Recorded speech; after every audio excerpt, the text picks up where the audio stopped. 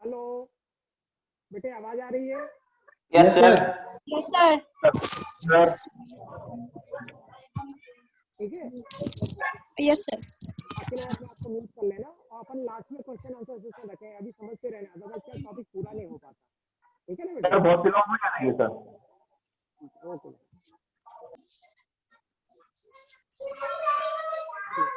अभी तक अपन ने देखा था पैटर्न और casting. We are studying about first unit of the subject. Subject नाम आप लोगों को याद होगा, that is manufacturing process and code is ME305। ठीक है, आवाज क्लियर है बेटे? नहीं सर, आवाज क्लियर नहीं है sir.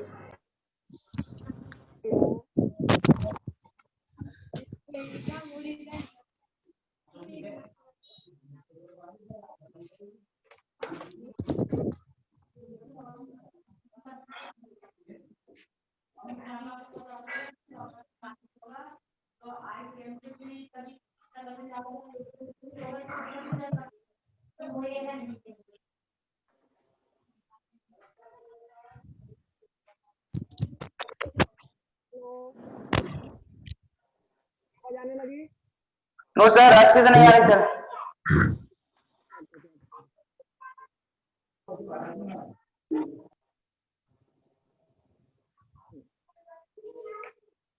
Do you know what is casting? Casting is ठीक है, और इसकी जो इम्पोर्टेंट प्रोसेस होती है वो कौन कौन सी होती है? सर वॉइस क्लियर नहीं आ रही। सारी क्लियर नहीं आ रही? Yes no sir. सर।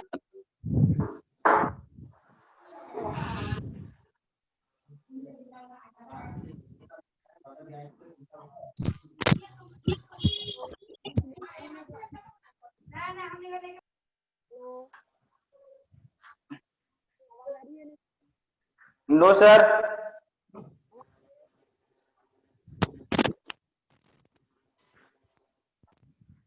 देखो आवाज आ रही है?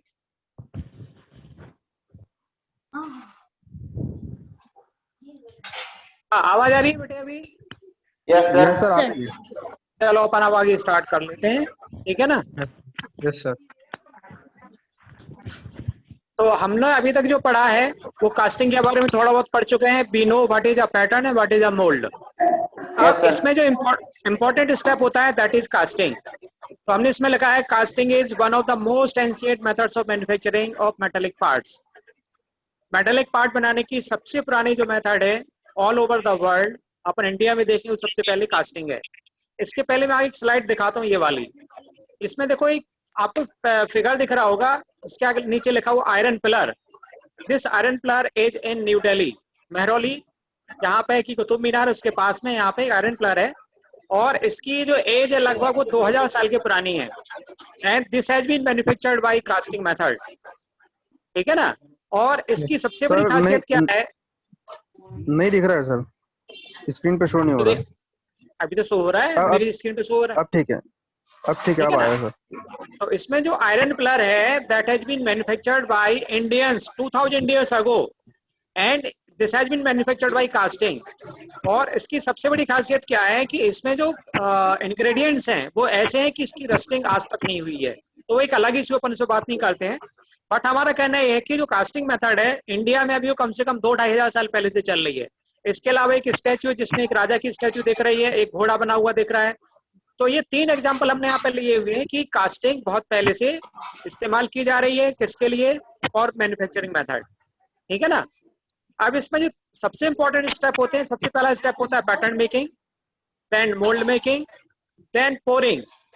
देखो, whatever casting which you like to prepare initially have to make a pattern of that। ठीक है ना?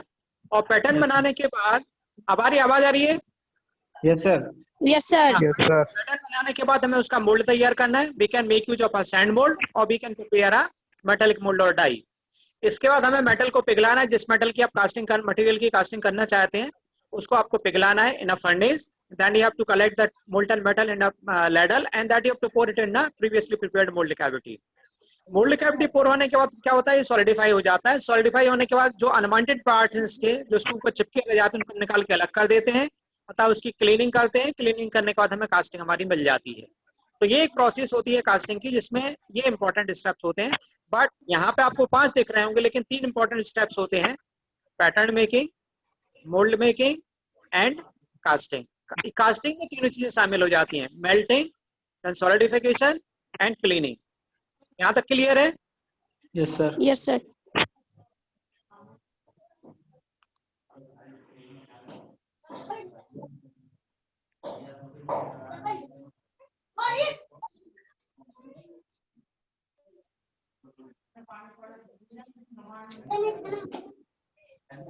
अब अपन आगे चलते हैं। We have to study what are the different types of casting processes.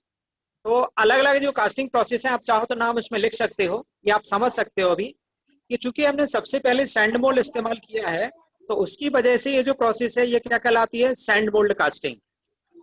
ठीक है ना? सबसे पुरानी मेथड है, that process is known as sand mould casting. क्यों कहलाती है sand mould casting? Because in that case in this case we are using a sand mould for making a casting, और ये सबसे पुरानी मेथड है। इसमें जो आप जैसे फिगर स्क्रीन दिख रही है यहाँ पे आपको अभी, Yes, sir. Yes, sir. Screen में Yes, sir. पहला फिगर है, इसमें आपको दिख रहा है कि सैंड मोल्ड बने, इसी इंडस्ट्री में बहुत सारे सैंड मोल्ड बने हुए रखे हुए हैं और इसमें मोल्टन मेटल पोर किया जा रहा है। ठीक है ना? तो चूंकि इसमें जो मोल्ड है वो सैंड का बना है, that's why this process is known as sand mould casting.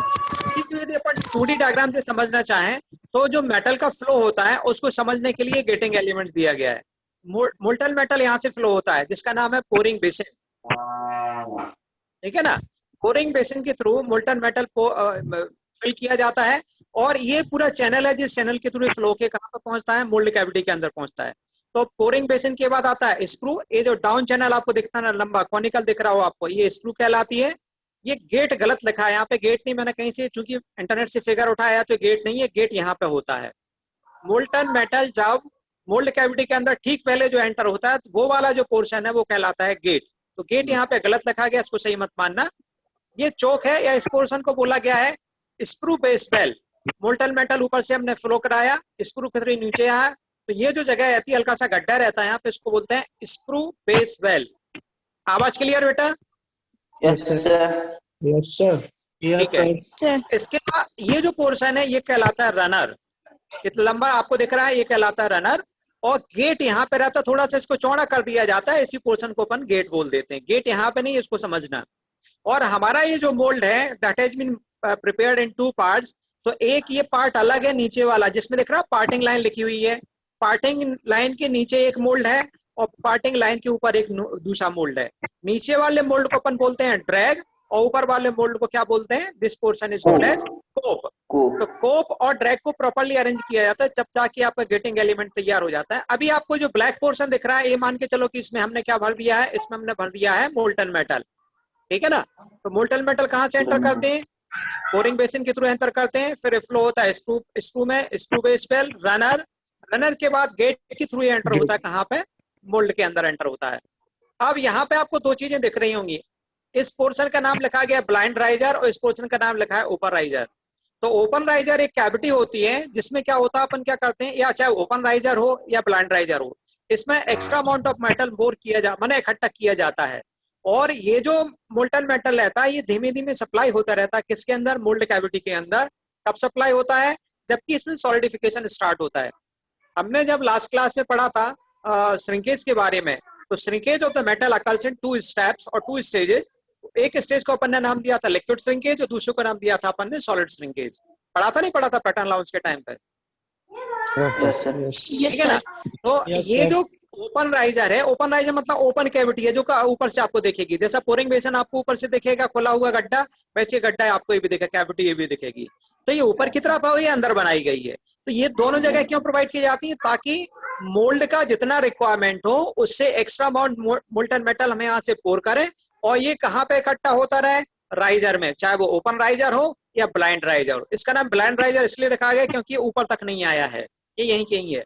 तो एक्स्ट्रा मेटल यहाँ पे पोर इकट्ठा होकर रहेगा और जब मेटल का लिक्विड श्रिंकेज होगा तो श्रिंकेज होने की वजह से उसका वॉल्यूम में जो कमी आएगी वो extra amount of metal open riser में अवेलेबल मेटल या ब्लाइंड राइजर में अवेलेबल मेटल के थ्रू यहाँ पे पहुंच जाएगा।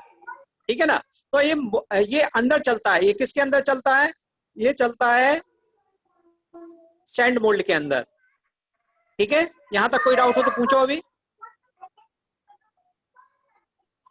सैंड मोल्ड कास्टिंग में जो मोल्ड है that has been made up of sand. ठीक है, अब चलते हैं अपन दूसरी प्रोसेस के थ्रू।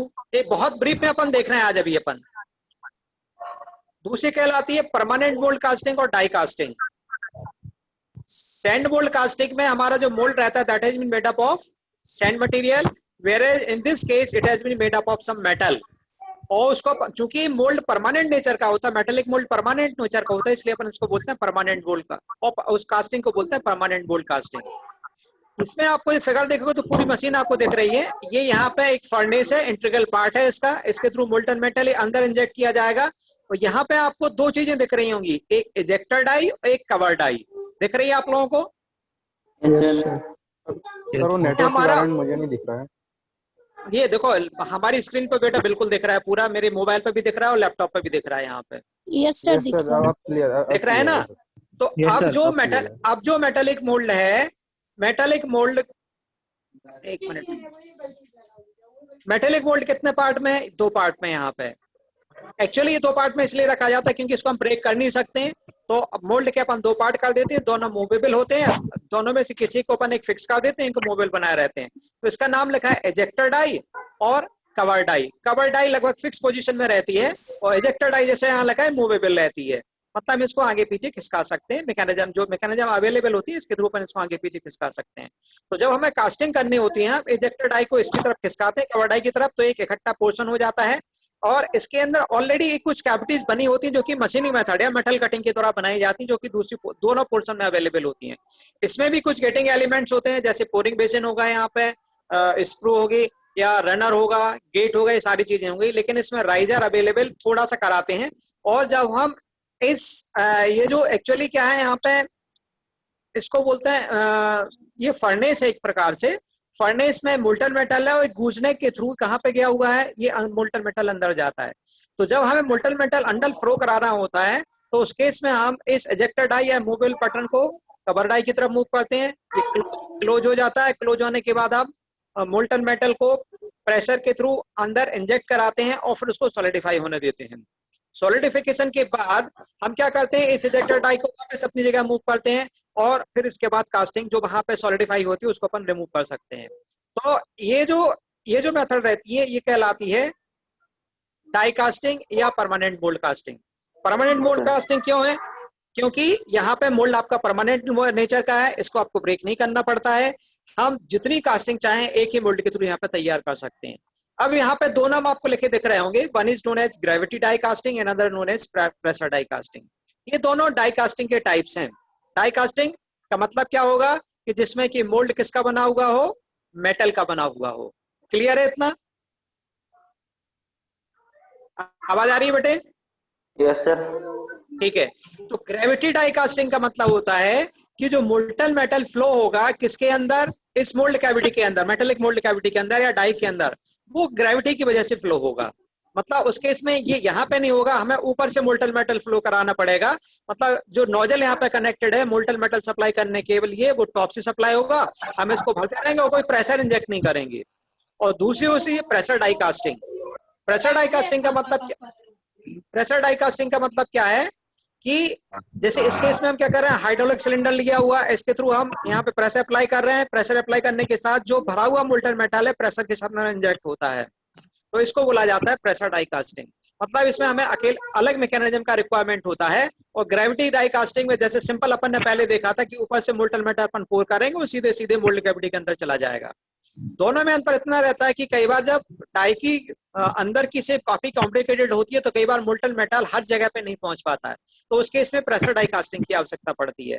लेकिन यदि डाई की शेप आपकी सिंपल है जिसमें मोल्टन मेटल आसानी से इस डाई के अंदर हर जगह पहुंच सकता है, तो उस केस में हम ग्रेविटी डाई कास्टिंग का इस्तेमाल करेंगे। ठीक है ना? तो दो इंपॉर्टेंट प्रोसेसेस हो गई, number 1 sand mould casting and number 2 die casting और परमानेंट मोल्ड कास्टिंग। अब इन्हीं के बीच में एक कास्टिंग आती है जिस प्रोसेस का नाम होता है सेमी परमानेंट मोल्ड कास्टिंग। कौन सा नाम बताया मैंने? Semi permanent mould casting. अब चाहो तो नाम मोल्ड कास्टिंग, तीनों नाम आप लिख लो वहां पे। पहला हो गया आपका सैंड मोल्ड कास्टिंग, दूसरा हो गया परमानेंट मोल्ड कास्टिंग या डाई कास्टिंग, और तीसरा मैंने नाम आपको क्या बताया है अभी, semi semi permanent mould permanent casting. Mould casting. बस एक मिनट बेटा, एक मिनट रुको, मैं थोड़ा मीटिंग।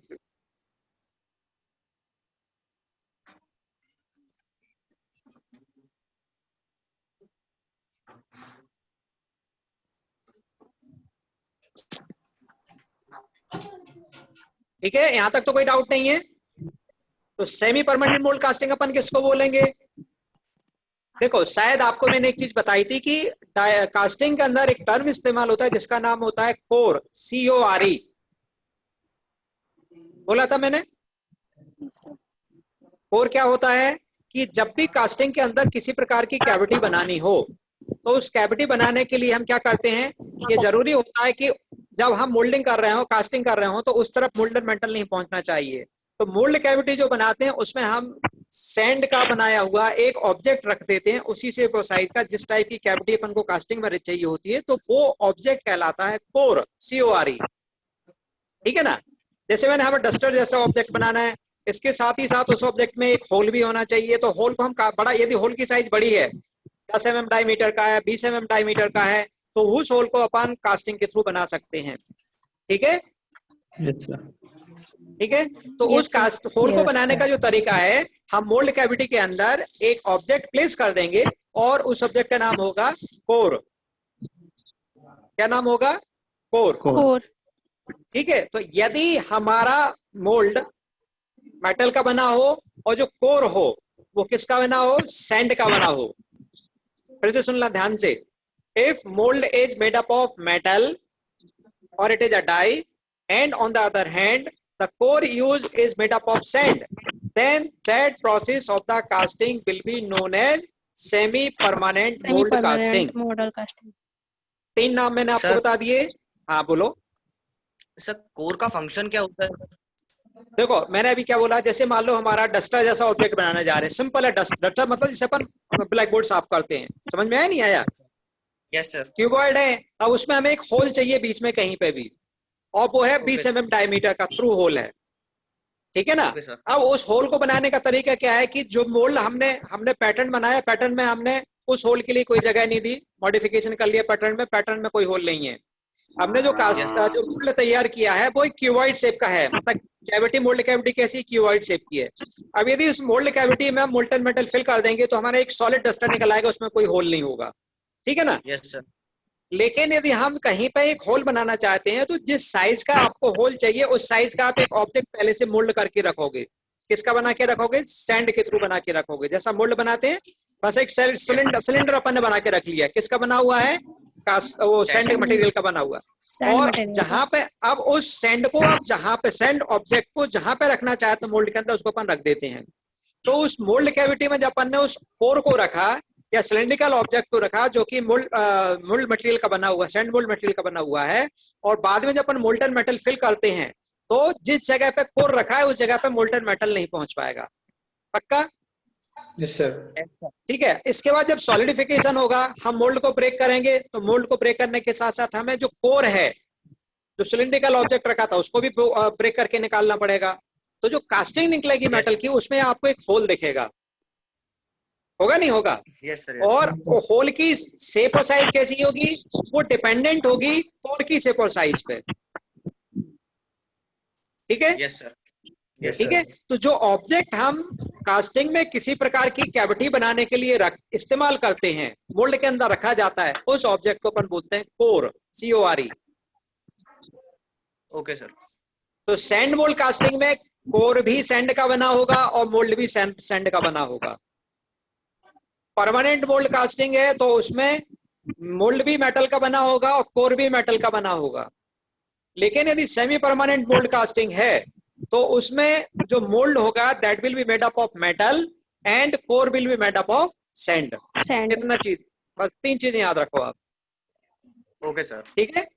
अब gravity die casting gravity die casting का मतलब है कि हमने ऊपर से मोल्टन मेटल पोर किया और वो ऑलरेडी अपने आप फ्लो हो रहा है, फ्लो के मोल्ड कैविटी के अंदर जा रहा है, तो ये कहलाएगा gravity die casting. Normally sand mould casting में जो कास्टिंग होती है वो ग्रेविटी डाई कास्टिंग होती है, उसमें प्रेशर डाई कास्टिंग नहीं की जा सकती।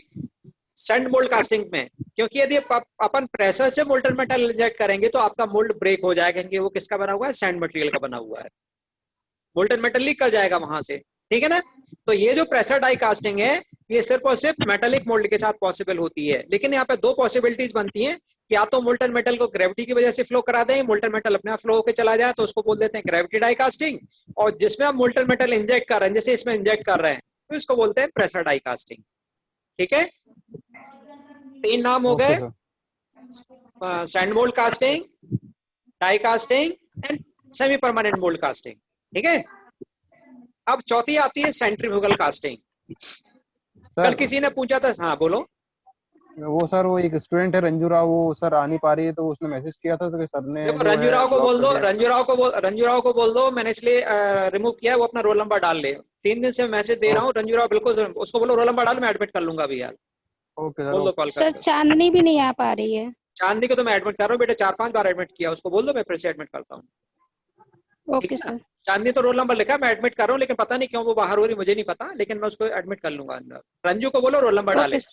ओके बेटे, ठीक है। तो यहाँ तक यदि आपको कोई चीज समझ में नहीं आ रही तो मुझे बताओ, मैं अटेंडेंस ले रहा हूँ, तो 2 मिनट का मुझे वक्त दो, मैं ये लूंगा।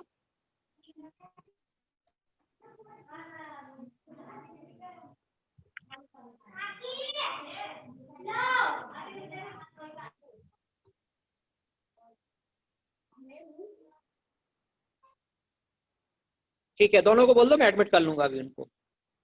यहाँ तक कोई डाउट हो तो बताओ, अदरवाइज अपन आगे चलते हैं। तो इसमें कुछ नहीं होता बेटा, ये जो सेंट्रीफ्यूगल कास्टिंग है, pressure die casting, pressure die casting का मतलब होता है कि मेटेलिक मोल्ड के अंदर यदि अपन मोल्टन मेटल को प्रेशर के थ्रू इंजेक्ट करते हैं तो उस केस में उस कास्टिंग प्रोसेस का नाम हो जाता है pressure die casting. Okay sir. ये डाई कास्टिंग का टाइप है, चाहे वो ग्रेविटी डाई कास्टिंग बोले या प्रेशर डाई कास्टिंग प्रेशर बोले डाई अपन कास्टिंग। उसको। ठीक है, अब एक और प्रोसेस होती है जिसका नाम है सेंट्रीफ्यूगल कास्टिंग, जो हमारे कोर्स में जिसको हमको पढ़ना है। ये कास्टिंग प्रोसेस बिल्कुल वही की वही है, लेकिन इसमें हम क्या कर रहे हैं, सेंट्रीफ्यूगल फोर्स का इस्तेमाल कर रहे होते हैं। सेंट्रीफ्यूगल फोर्स का सबसे सिंपल एग्जांपल बताता हूं कि अपन किसी, जैसे बकेट है, बाल्टी है, बाल्टी में अपन ने कुछ बाल्टी में पानी भरा, आधी बाल्टी पानी भरा हुआ है, इसके बाद उसमें रस्सी का छोटा टुकड़ा डाला अपन ने, ठीक है, लगाया, जिससे कि क्या कर सके, उसको अपन घुमाते हैं कई बार। तो जो पानी रहता है, यदि अपन बहुत तेजी से रस्सी से बाल्टी को, माने रस्सी से अपन पकड़े हुए हैं बाल्टी को, बाल्टी बंधी हुई रस्सी से, और रस्सी से अपन उसको पकड़े हुए हैं और बाल्टी में पानी है, लेकिन यदि अपन चारों तरफ उसको बहुत तेजी से घुमाते हैं तो बाल्टी का पानी नीचे नहीं गिरता है। क्यों नहीं गिरता है? क्योंकि उसके ऊपर सेंट्रीफ्यूगल फोर्स लगा रहता है और वो उसको अपनी जगह बना के रखता है। तो लगभग यही कॉन्सेप्ट यहाँ पर इस्तेमाल किया जाता है। इसमें हम जो ऑब्जेक्ट तैयार करते हैं वो होते हैं जैसे बड़े बड़े पाइप, पानी ले जाने वाले जो पाइप होते हैं ना, वो सेंट्रीफ्यूगल कास्टिंग के थ्रू तैयार करते हैं। आवाज आ रही है बेटे? Yes sir. Yes sir. ठीक है। और पाइप क्या है, पाइप में एक हॉलो कैविटी होती है। तो यदि हम पाइप की कास्टिंग करना चाहते हैं तो सिंपल तरीका क्या होगा कि पहले हम उस साइज का एक मोल्ड बनाएं, और मोल्ड बनाने के बाद बीच में कोर रख दें, और कोर रखने के बाद फिर हम क्या करें, वहां पे मोल्टन मेटल कोर कर दें, तो आपका पाइप तैयार हो जाएगा, कोई दिक्कत नहीं है इसमें। लेकिन जो कोर होगा, कोर की साइज बहुत बड़ी होगी। मान लो हमारा एक पाइप है जिसका डायमीटर है 2 फीट, आप सोच सकते हो कितना बड़ा डायमीटर है, और लंबाई है 2 मीटर की। तो उसके लिए जो कोर बनाना है, और पाइप की थिकनेस है मुश्किल से 10 mm, तो जो कोर होगा, कोर वो लगभग 2 फीट के बराबर डायमीटर का होगा और उतनी लंबा होगा, तो उसके मोल्डिंग में टाइम लगेगा। उसका दूसरा तरीका निकाला गया कि क्यों ना हम यहाँ पे बगैर कोर के इसको इस्तेमाल कर, मारे बगैर कोर के हम पाइप जैसी कास्टिंग तैयार कर लें। तो हम क्या करते हैं, इसमें एक हॉलो मोल्ड लेते हैं जिसका आउटसाइड डायमीटर, मतलब इस जो मोल्ड है हमारा, मोल्ड का इनसाइड डायमीटर जो कास्टिंग में तैयार करनी है, पाइप तैयार करने है, उसका आउटसाइड डायमीटर के बराबर होगा। ठीक है ना। इसके अलावा हम क्या करेंगे, इसमें मोल्टन मेटल फ्लो कराएंगे, लंबा है, जितना लंबा हमें चाहिए उसका हम मोल्टन मेटल फ्लो कराएंगे और इसको रोटेट कराएंगे इस ऑब्जेक्ट को। ये मशीन है जिसके थ्रू हम क्या कर रहे हैं, हमने लैडल में मोल्टन मेटल लिया, मोल्टन मेटल से मोल्टन मेटल इसको पोर कर दिया। इसको ये एरो दिख रहा होगा आपको, ये घुमाने वाले एरो है, मतलब इसको हम रोटेट कराएंगे एक हाई स्पीड पे, जिसकी वजह से क्या होता है, जो मोल्टन मेटल इसके अंदर गया है वो ऑटोमेटिकली डिस्ट्रीब्यूट हो जाता है, और उसकी थिकनेस डिपेंडेंट होगी जितना अमाउंट मोल्टन मेटल हमने इसमें फ्लो किया हुआ है। ठीक है ना। और इसको तब तक रोटेट कराना होता है जब तक कि ये सॉलिडिफाई, इसके अंदर का भरा हुआ मेटल सॉलिडिफाई ना हो जाए। ठीक है ना। तो मोल्टन मेटल जो डिस्ट्रीब्यूट होता है अलोंग द सरफेस, वो सेंट्रीफ्यूगल फोर्स की वजह से डिस्ट्रीब्यूट होता है। ठीक है, इसलिए इस प्रोसेस को नाम दिया गया सेंट्रीफ्यूगल कास्टिंग। और इसका सबसे अच्छी चीज क्या होती है, क्योंकि सेंट्रीफ्यूगल फोर्स मोल्टन मेटल के ऊपर रख रहा होता है, तो इसमें हमें यूनिफॉर्म डेंसिटी मिलती है, हमें किसी प्रकार के कोर की आवश्यकता नहीं होती है। बोलो सर सर जैसे बोलो अपन बेटा। इसको रोटेट कराएंगे हाँ तो सर वो तो गर्म होता जाएगा। हाँ बिल्कुल, पाइप- इसके एक्चुअली क्या होता है, इसमें हम सर, मेटेलिक उसको- केसिंग लेते हैं। सुनो सुनो सर, वो- सुनो पहले, हाँ। समझ गया तुम्हारी प्रॉब्लम, समझ गया। ये मेटेलिक केसिंग है जिसको अपन जी ने सर। बियरिंग के ऊपर माउंट किया हुआ है, और उसके अंदर अपन ने मोल्डिंग कर रखी है। जैसा मोल्ड बॉक्स होता है सैंड मोल्ड कास्टिंग में, उसी प्रकार का सैंड मोल्ड यहाँ पे भी है, लेकिन ये लंबाई में है। और हमने क्या एक पाइप के अंदर इसको बना, मेटेलिक पाइप के अंदर बनाया है। उस मेटेलिक पाइप को अपन रोटेट करते हैं, तो जो मोल्ड हमने बनाया होता है वो भी ऑटोमेटिकली रोटेट करेगा, उसके अंदर फिक्स रहेगा वहां पे। ठीक है ना? सर मतलब जैसे अपन को सॉलिडिफाई कराना है उसको, अपन को उसको ठंडा करना पड़ेगा ना। नहीं करना है। कब तक ठंडा करना है, देखो हमें इसको तब तक रोटेट करके रखना पड़ेगा जब तक कि इसके अंदर भरा हुआ मेटल सॉलिडिफाई ना हो जाए, तब इसको रोकते हैं, अदरवाइज इसको रोटेट कराते रहते हैं।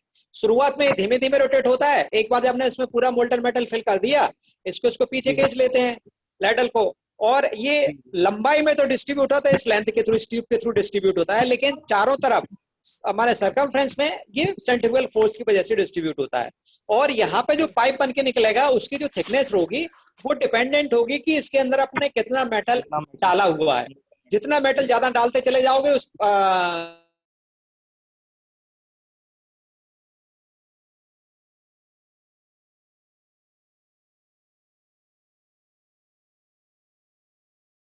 कर रहे हैं, और कब तक इसको घुमा के रखना पड़ेगा, जब तक कि ये कंप्लीटली सॉलिडिफाई ना हो जाए, मतलब सॉलिडस टेम्परेचर पे आ जाए। सॉलिडस टेम्परेचर पे आने के बाद ये क्या हो जाएगा, बंद हो जाएगा। इसको हमारा इस रोटेशन बंद करा सकते हैं। दिख रहा है बेटा अभी, इसकी स्क्रीन दिख रही है, विजिबल है? Yes sir. Yes sir. Yes sir. ठीक है। Yes sir. अब एक और प्रोसेस अपनी आती है, वो होती है इन्वेस्टमेंट का। बेसिकली ये प्रेसिजन एंड इन्वेस्टमेंट कास्टिंग है। इसमें मैंने आपको एक नाम पहले बताया होगा, लॉस्ट वैक्स मोल्ड कास्टिंग। इसमें पैटर्न किसका बना होता है, वैक्स का बना होता है। पैटर्न किसका बना होता है, वैक्स का बना होता है। वैक्स। और पुराने समय में ज्वेलरी है, स्टैच्यू है, वो सारी की सारी इसी मेथड से तैयार होती थी। यस ठीक है ना? माने जो सर्जिकल इक्विपमेंट आज भी जो तैयार होते हैं, बहुत कॉम्प्लिकेटेड डिजाइन के ऑब्जेक्ट जो कि एरोस्पेस में इस्तेमाल होते हैं, बस सब इस लॉस्ट वैक्स मोल्ड कास्टिंग के थ्रू बनाए जाते हैं। और लॉस्ट वैक्स मोल्ड कास्टिंग और सेल मोल्ड कास्टिंग, ये टाइप हैं, दो टाइप हैं। किसके हैं? या तो उसका नाम होता है इन्वेस्टमेंट कास्टिंग या प्रेसिजन इन्वेस्टमेंट कास्टिंग। ठीक है, इसको प्रेसिजन इसलिए बोला गया है कि इसके बाद जो ऑब्जेक्ट यहाँ से अपन को बन के निकलता है उसको बहुत अच्छी सरफेसनेस मिलती है, और अलग से मशीनिंग की आवश्यकता नहीं पड़ती है। जो डायमेंशन हमने दिया होता है वही डायमेंशन का मिल जाता है, इसलिए इसको नाम दिया गया है प्रेसिजन। क्या नाम दिया गया है? प्रेसिजन। और इन्वेस्टमेंट क्या होता है, इसका मोल्ड का जो मटेरियल होता है उस मटेरियल का नाम होता है इन्वेस्टमेंट मटेरियल। ठीक है ना? तो इसके दो नाम हो सकते हैं, या तो ये इन्वेस्टमेंट कास्टिंग बोल सकते हैं या प्रेसिजन इन्वेस्टमेंट कास्टिंग अपन उसको बोल सकते हैं। ठीक है, इसमें क्या करना होता है, जैसे देखो यहां से स्टार्ट करो। इसमें हम क्या करते हैं, हम एक डाई लेते हैं, डाई मतलब मेटेलिक मोल्ड। उस मोल्ड में हम क्या भरते हैं, वैक्स भर लेते हैं।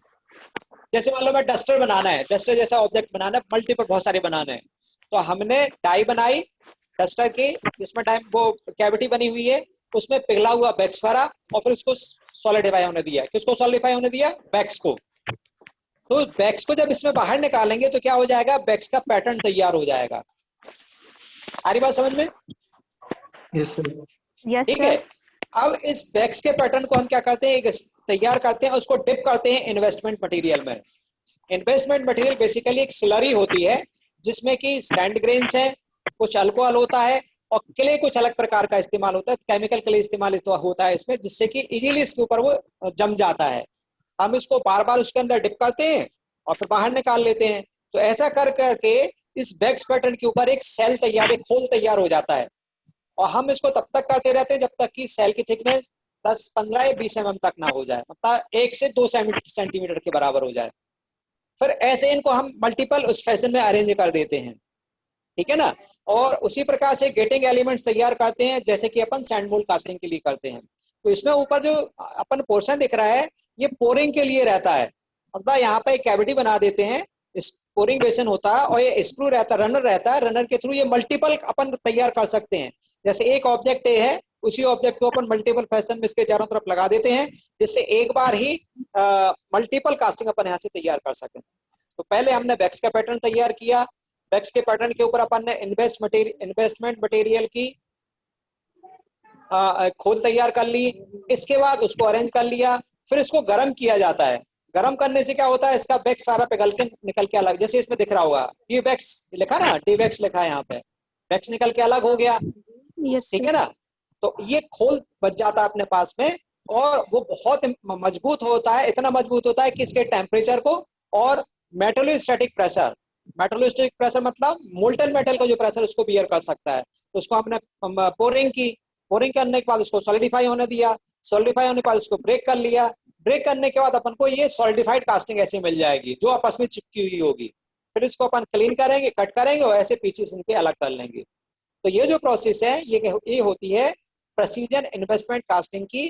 और यहाँ पे जो दिखाई गई है, this is the process of lost wax mould casting. दोनों के दोनों जो फिगर हैं ये लॉस्ट वैक्स मोल्ड कास्टिंग की है, ये सेल मोल्डिंग की नहीं है। सेल मोल्ड कास्टिंग की मैं अलग से आपको बाद में बताऊंगा, ठीक है। कोई डाउट है अंदर? हेलो, इसको एक बार और रिपीट कर दीजिए। देखो सबसे पहले हमने बैक्स का पैटर्न तैयार किया, इसमें लकड़ी का पैटर्न नहीं चलेगा, बैक्स का लेना पड़ता। बैक्स का इसलिए लेना पड़ता क्योंकि काफी कॉम्प्लिकेटेड शेप होती है। जैसे ज्वेलरी तैयार कर रहे हैं, स्टैचू तैयार कर रहे हैं, तो हम स्टैचू का पैटर्न तो बना सकते हैं वुड का, लेकिन जब उस पैटर्न को मोल्ड से रिमूव करेंगे तो मोल्ड कैविटी की शेप डैमेज हो जाती है, ठीक है ना। तो उसका तरीका क्या रहता है कि जो हम पैटर्न लेंगे वो किसका बना लेंगे, बैक्स का बना लेंगे। जैसे हम अपन मूर्ति बनाने जा रहे हैं, तो मूर्ति का पहले हमने सिर तैयार किया, फिर एक हाथ तैयार किया, फिर दूसरा हाथ तैयार किया, फिर लेग तैयार किया, धड़ तैयार किया, फिर आपस में उनको हीट के द्वारा जोड़ दिया। हीट के द्वारा बैक्स को जोड़ा जा सकता है, नहीं जोड़ा जा सकता है, ठीक है ना। फिर उसके चारों तरफ हमने क्या कर दिया, इसकी इन्वेस्टमेंट मटेरियल की खोल तैयार कर दी। एक्चुअली क्या करते हैं, एक टब रहता है जिसमें कि इन्वेस्टमेंट मटेरियल रखा रहता है, उस टब में अपन उस पैटर्न को डिप करते हैं, बाहर निकालते हैं, फिर रोटेट करते हैं हल्का सा, जिससे कि उसको और बार बार करना पड़ता है जब तक कि उस बैक्स पैटर्न के चारों तरफ क्या हो जाए, एक खोल तैयार हो जाए, एक केस तैयार हो जाए। ऊपर उस मल्टीपल केसेस को अपन इस फैशन में अरेंज करते हैं, फिर उसको गर्म करते हैं। गर्म करने से क्या होता है, बैक्स निकल के अलग हो जाता है, तो खाली जगह बच जाती है। मतलब जो जगह बैक्स ने ऑक्युपाई की होगी वो जगह हो जाएगी, उसके चारों तरफ मोल्ड होगा कि नहीं होगा? Yes sir. और उसमें अपन क्या करेंगे, मोल्टन मेटल पोर कराएंगे, ठीक है, और उसको सॉलिडिफाई होने देंगे। सॉलिडिफिकेशन के बाद उस मोल्ड को ब्रेक कर देंगे, क्योंकि इन्वेस्टमेंट मटेरियल है, लगभग सैंड इसमें इस्तेमाल होती है, वो टूट के अलग हो जाएगा। तो उसको फिर क्लीन करेंगे, क्लीन करने के बाद अलग पार्ट्स को अलग कर लेंगे। तो ये जो प्रोसेस होती है ये होती है प्रेसिजन इन्वेस्टमेंट कास्टिंग की। और ये जो दोनों फिगर है अभी ये है लॉस्ट वैक्स मोल्ड कास्टिंग के। अब जल्दी से टाइम खत्म हो रहा है, 1 मिनट से भी कम टाइम का, तो इसको और लास्ट में देखते हैं, बाकी कल अपन इसको एलैबोरेट करेंगे। लास्ट की जो प्रोसेस अपन को पढ़नी है वो है कंटिन्यूअस कास्टिंग। कौन सी प्रोसेस है? Continuous casting. कंटिन्यूअस कास्टिंग में क्या होता है कि हम कास्टिंग को कंटिन्यूअसली बना सकते हैं। अभी तक अपन ने जितनी भी कास्टिंग मेथड पढ़ी है वो सब इंटरमिटेंट नेचर की होती हैं। मतलब हमने मोल्टन मेटल पोर किया, फिर रुकना पड़ता है हमें सॉलिडिफिकेशन के लिए। सॉलिडिफिकेशन के बाद हम अगली कास्टिंग पे जा सकते हैं, चाहे वो टाई कास्टिंग हो। लेकिन इसमें क्या होता है, हम एक एंड पे मोल्टन मेटल पोर करते रहते हैं, दूसरे एंड पे हम सॉलिडिफाइड मेटल को निकालते रहते हैं। तो नॉर्मली जो सिंपल शेप्स होती हैं, जैसे रॉड होती हैं, रॉड है, बार है, इसको अपन इजीली यहाँ पे